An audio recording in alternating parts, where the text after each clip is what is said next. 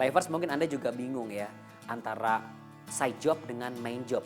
Terjadi konflik dan akhirnya seperti perang dingin. Apa sih faktor yang membuat seseorang itu bisa punya side job di tengah-tengah main job yang dijalankan? Ada 3 alasan klasik, Pak Andi. Ya. Yang pertama, alasan yang fundamental pertama, kenapa saya punya side job? Karena pendapatan saya di main job kurang. Karena pendapatan kurang, untuk nambah dapur ngepul, saya menggunakan side job. Tapi alasan yang kedua, bukan karena income-nya kurang. Saya punya waktu lebih. Tapi yang ketiga, ada juga yang berpikir, enggak, side job ini adalah stepping stone to the next level. Misalkan orang kerjanya di bagian marketing, kemudian dia suka event organizer, dia malam itu Sabtu Minggu belajar event organizer, ikut orang sana-sana untuk jadi event organizer. Karena dia pikir, suatu saat saya akan buka I.O. Kebutuhan hidup saya ini kurang, ini gimana? Kembali, ada 2 pilihan. Anda harus manage pengeluaran Anda dulu. Dan sambil manage pengeluaran Anda, ada waktu. Perdalam dong, daripada Anda punya side job yang lain, kenapa nggak perdalam your main job? Karena saya beli orang mengabdi kepada 2 tuan, itu selingkuh. Apalagi yang side jobnya sama dengan main job. Menggunakan kompetensi, menggunakan facility, menggunakan ilmu yang diberi dari main job kepada side job. Ini buat saya sudah selingkuh. Nah, orang yang selingkuh mendua hati itu tidak diberkati. Jadi daripada jam 5 lebih Anda mencari yang lain, kenapa nggak kompetensi yang lain dikembangkan terus supaya nanti karier Anda meningkat. Karena dimanapun karier itu meningkat dan pendapatan itu meningkat luar biasa. Kontribusi dengan perusahaan sudah besar, tetapi kok saya dapat rewardnya kecil, tidak dapat apresiasi sedikit pun pada saya. Kalau itu memang benar, itu mesti dicek dulu ya. Apakah kalau orang berkontribusi, Anda bagus, Anda melakukan perusahaan nggak ngelihat ini. Tapi asumsi aja, ini betul. Anda sudah berkontribusi bagus, Anda punya kompetisi bagus, tapi kok Anda nggak dapat reward dari perusahaan. Akhirnya dia cari side job. Nah, akhirnya daripada cari side job, saya balik. Itu kan victim. Anda di sini tetap jadi victim. Anda cari side job, kelihatannya sama hero. Tapi sebetulnya ini adalah pelarian dari masalah yang Anda temukan. Kalau saya, betul-betul Anda evaluasi, Anda perform, Anda punya kompetensi, dan Anda punya masa depan yang bagus sebetulnya, tapi tidak dihargai perusahaan. Kenapa nggak change job instead of side job? Anda control your destiny or someone else will. Anda kenapa jadi victim? Kalau itu terus kan victim, 8 jam saya victim, cari side job untuk saya jadi hero.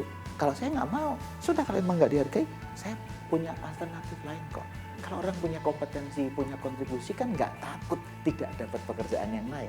Jadi lebih baik face the fact and then move, change job. Untuk perusahaan, angle yang tepat dari dasar firman Tuhan sehingga perusahaan ini bisa menjadi seperti yang buku yang Bapak tulis. Sekarang dari segi perusahaan kita harus melihat lain. Saya misalkan sebagai pemimpin perusahaan, saya punya perusahaan, saya berusaha mencegah jangan terjadi karyawan saya punya side job. Tapi apa yang saya harus lakukan? Saya harus mempraktekkan apa yang saya beli. Dari buku saya, Little Blessed itu saya ambil dari Mazmur 23. Tuhan adalah gembalaku, takkan kekurangan aku. Itu artinya saya percaya sama Tuhan dan Tuhan gembalaku, takkan kekurangan. Itu Sabtu Minggu. Waktu Senin sampai Jumat saya rubah itu. Kalau saya sudah diperlakukan Tuhan luar biasa, nah Senin sampai Jumat di perusahaan saya berubah.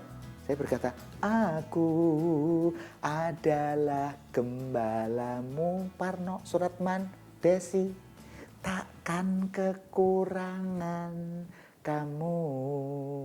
Itu tugas saya, membuat karyawan saya tidak kekurangan. Aku membaringkan kamu di padang yang berumput hijau. Tugas saya mencari padang yang berumput hijau supaya karyawan saya jadi bisa berbaring dengan tenang. Itu tugas atasan. Pengembangan bawahan juga tugas atasan. Membuat ladang ini subur, membuat domba saya gemuk adalah tugas saya. Tapi domba juga sama. Domba harus dengar sama gembalanya. Kalau sudah disediain gini, gembala juga masih kemana-kemana ditangkap serigala. Tapi tugas saya, kalau ada serigala, saya yang bertanggung jawab nih. Tapi kalau dia lari di luar, saya nggak bertanggung jawab. Nah, ini adalah paduan. Jadi kembali sebagai pimpinan, tugas saya. Tugas saya bukan hanya dia puas, tapi tugas saya dia bahagia. Tanggung jawab saya bukan hanya kepada atasan saya loh. Tanggung jawab bukan hanya shareholder, tapi tanggung jawab juga kepada soul holders.